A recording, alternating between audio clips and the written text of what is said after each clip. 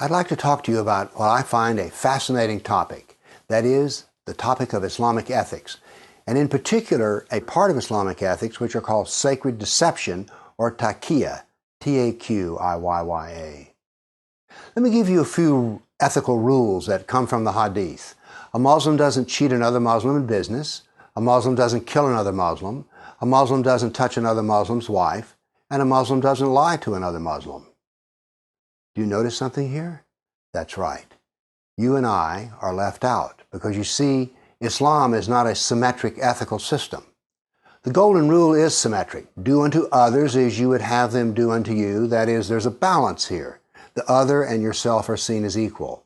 But in Islam, if you're a Kafir, you're never equal to the Muslim. Islam does not have a golden rule. The Kafir is always inferior. Now then, let's talk about lying and deception.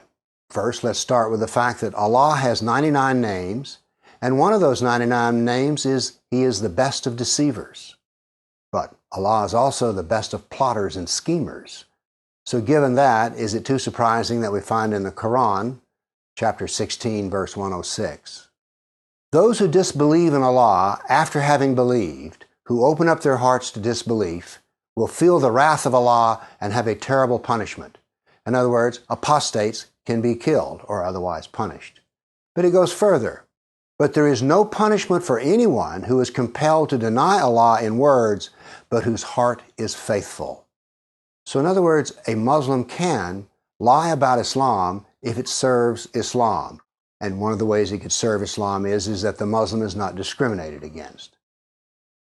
Here we have another in chapter 3, verse 28.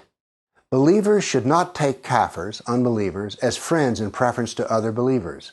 Whoever does this shall have no relationship left with Allah. In other words, if you're a real friend, you're no longer a friend of Allah. Unless you but guard yourself against them, taking precautions.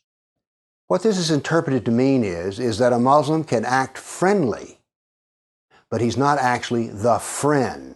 That's what is wrong. In other words, a Muslim may never give preference to a Kafir over a Muslim. There are, by the way, no less than 12 verses which say that a Muslim is not the friend of a Kafir. Now let's turn to the Hadith. Muhammad, who will kill Ka'b bin Ashraf, who has offended Allah and His Prophet? A Muslim, I will, Muhammad. Would you have me do so? Yes. In order to kill him, I will need to deceive him. May I do that? Muhammad, yes. So, the Muslim deceived Ka'b bin Ashraf and he did kill him. What is this? This is the Sunna of Muhammad. It is possible to lie to the Kafir as long as it advances Islam. This is the nature of Taqiyya. Now there's another way in which a Muslim can lie. There's a hadith, a fairly well-known hadith, in which there are 3 reasons for Muslims to lie. One is jihad, that is the struggle against the Kafir. So a Muslim can lie to you anytime he needs to advance Islam. The other is a Muslim may lie to another Muslim if it will make the situation better. And a husband and wife may lie to each other as long as it smooths the relationships in the household. So deception is part of Islam. Allah is a deceiver, Muhammad was a deceiver, and therefore every Muslim can be a deceiver. It is so special that it has a name, Taqiyya. So the next time you're hearing something about Islam that just doesn't sound right, and it comes from the mouth of a Muslim, you're right. It's not right. It's a lie. It is Taqiyya. Thank you.